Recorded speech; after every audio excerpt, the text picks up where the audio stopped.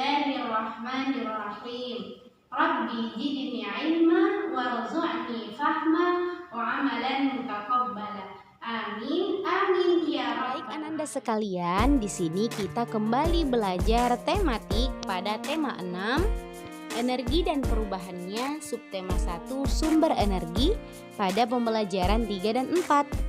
Pada pembelajaran sebelumnya kita pelajari pengertian dari energi merupakan kekuatan yang dimiliki oleh seseorang ataupun suatu benda. Nah, kemudian dari mana saja sumber energi tersebut? Ada dari matahari, ada dari tumbuhan, hewan, air. Ya kan Anda sekalian? Jadi kalau pada pembelajaran 3 dan 4 ini materinya tentang apa ya? Terlebih dahulu kita bahas tujuan pembelajaran kita pada hari ini. Tujuan pembelajaran kita yang pertama, agar Ananda bisa mengidentifikasi informasi tentang sumber energi dengan tepat. Kemudian yang kedua, mengetahui jenis-jenis satuan waktu dalam kehidupan sehari-hari.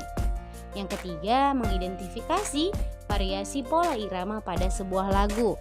Dan yang terakhir, dapat menentukan perilaku yang menunjukkan kewajiban di rumah terkait penghematan sumber energi. Inilah tujuan pembelajaran kita pada hari ini. Kita masuk pada materi kita yang pertama. Pada materi yang pertama, kita akan membaca sama-sama teks ini yang berjudul Menjaga Kelestarian Energi adalah Kewajiban Bersama. Jadi untuk menjaga kelestarian energi itu adalah kewajiban kita semua yang tinggal di bumi. Nah, mari sama-sama kita baca ya. Setelah melakukan kegiatan, tubuh kita merasa lelah. Saat tubuh lelah, kita membutuhkan istirahat. Istirahat akan mengembalikan kesegaran tubuh. Selain istirahat, kita membutuhkan asupan makanan dan minuman. Makanan dan minuman membuat tubuh berenergi kembali. Nah, di sini bisa kita ketahui bahwasanya makanan dan minuman itu merupakan sumber energi bagi tubuh. Nah, makanan adalah sumber energi bagi tubuh. Sebagian besar makanan berasal dari tumbuh-tumbuhan. Karena itu, kita wajib memelihara dan melestarikan tumbuh-tumbuhan. Selain makanan, tubuh juga membutuhkan minuman sebagai sumber energi. Untuk minum, kita membutuhkan air bersih. Namun saat ini banyak sumber air yang sudah tercemar, baik sumber air di kota maupun di desa. Pencemaran air disebabkan oleh sampah atau limbah. Sampah dan limbah yang dibuang ke air itulah mencemarkan air. Air bukan hanya sebagai sumber energi bagi tubuh. Air juga merupakan sumber energi listrik. Listrik adalah salah satu energi yang sangat dibutuhkan manusia. Jadi air itu juga merupakan sumber energi yang sangat dibutuhkan oleh manusia. Dia juga bisa sebagai sumber energi listrik, bisa sebagai pembangkit listrik sama dengan cahaya matahari. Nah, bumi yang kita tempati adalah milik semua makhluk yang hidup di bumi. Kita harus menjaga kelestarian energinya. Kita tidak boleh memikirkan kepentingan diri sendiri. Kita harus memikirkan kepentingan bersama. Jika sumber energi habis, maka kehidupan manusia akan terancam. Maksudnya di sini Anda sekalian, kita tahu bahwasanya semua orang itu memiliki air, bebas menggunakannya. Tidak begitu ya, tapi kita pikirkan juga orang lain. Begitu ya, jadi kita tidak boleh boros dalam menggunakan energi. Nah, ada beberapa cara yang dapat dilakukan untuk melestarikan sumber energi. Nah, apa saja caranya kita untuk melestarikan sumber energi ini?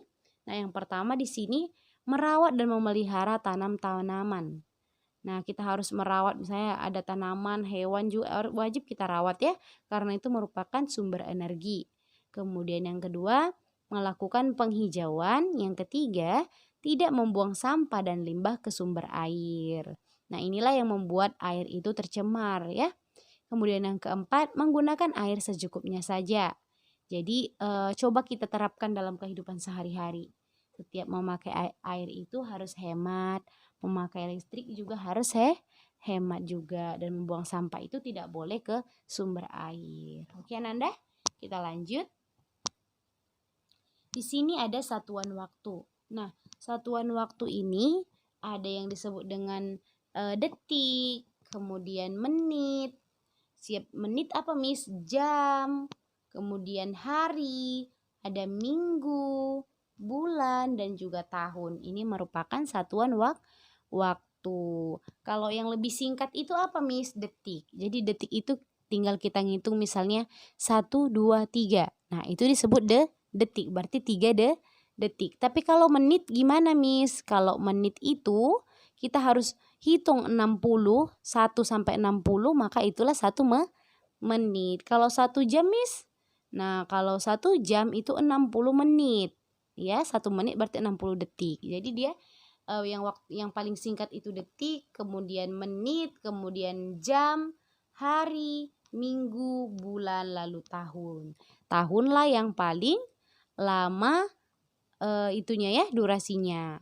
Nah, di sini ada ininya ya, penjabarannya antara hubungan satuan waktu. Nah, 1 menit itu sama dengan 60 detik. Kemudian 1 jam itu sama dengan 60 menit. Ingat ya, 1 menit 60 detik, 1 jam 60 menit. Misalnya kalau Miss bilang 1 jam berapa menit? 60 menit. Kemudian 1 hari berapa jam?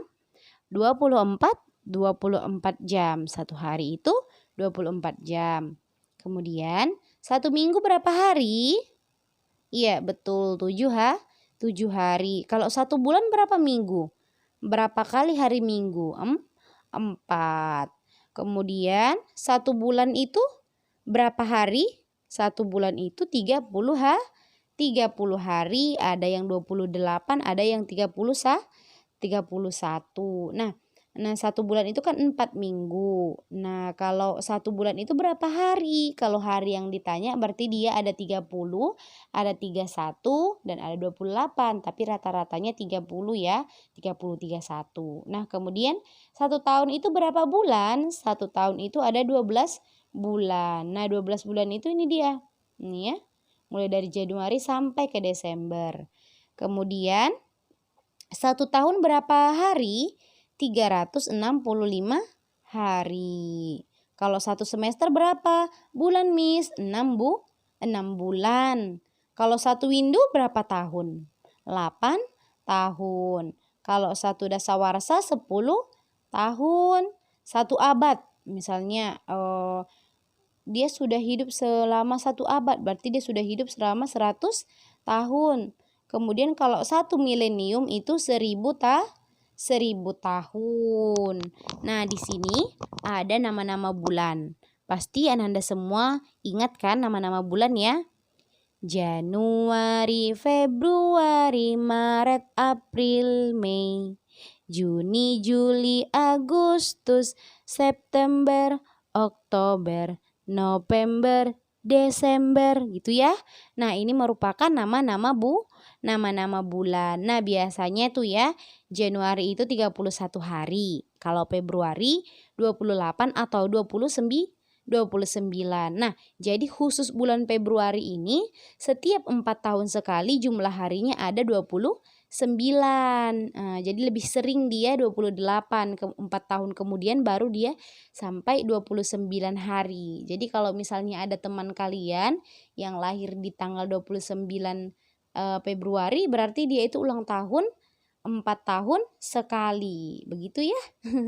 Nah, kemudian kalau Maret dia biasanya 31 hari, April 30, Mei 31, Juni 30, Juli 31, Agustus 31, September 30, Oktober 31, November 30, Desember 31.